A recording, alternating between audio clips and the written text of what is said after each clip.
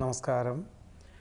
തിരുവാതിര നക്ഷത്രത്തിൽ ജനിച്ചവർക്ക് ഈ ജൂലൈ മാസത്തിൽ ആരോഗ്യപരമായിട്ടുള്ള അനുകൂലമായ സാഹചര്യത്താൽ ഉദ്യോഗത്തിൽ പുനർനിയമനം ലഭിക്കുവാനോ തൊഴിൽ മേഖലകളിൽ വേണ്ടെന്ന് വെച്ച കാര്യങ്ങളിൽ ആദ്യ തൊഴിലിൽ ഏർപ്പെടുവാനോ ഉള്ള സാഹചര്യം ഉണ്ടായിത്തീരും.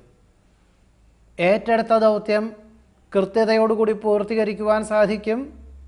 സൽകീർത്തി, സജ്ജനപ്രീതി എന്നിവ സമാധാനത്തിന് വഴിയൊരുക്കും. കുടുംബത്തിൽ സമാധാനാന്തരീക്ഷം സംജാതമാകും. പുത്രപൗത്രാദി സംരക്ഷണത്താൽ സമാധാനത്തിന് യോഗമുണ്ട്.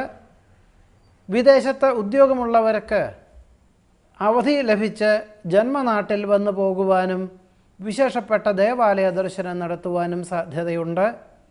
ആധ്യാത്മിക ആത്മീയമായിട്ടുള്ള പല പ്രകാരത്തിലുള്ള പ്രഭാഷണങ്ങളും കേൾക്കുന്നത് വഴി മനസ്സിന് ഒരു ധ്രുവീകരണം ഈ മാസത്തിൽ ഉണ്ടായിത്തീരും. വിദേശയാത്ര സഫലമാകുവാനിടയുണ്ട്. ഏറ്റെടുത്ത ദൗത്യം പൂർത്തീകരിക്കുവാൻ സാധിക്കും.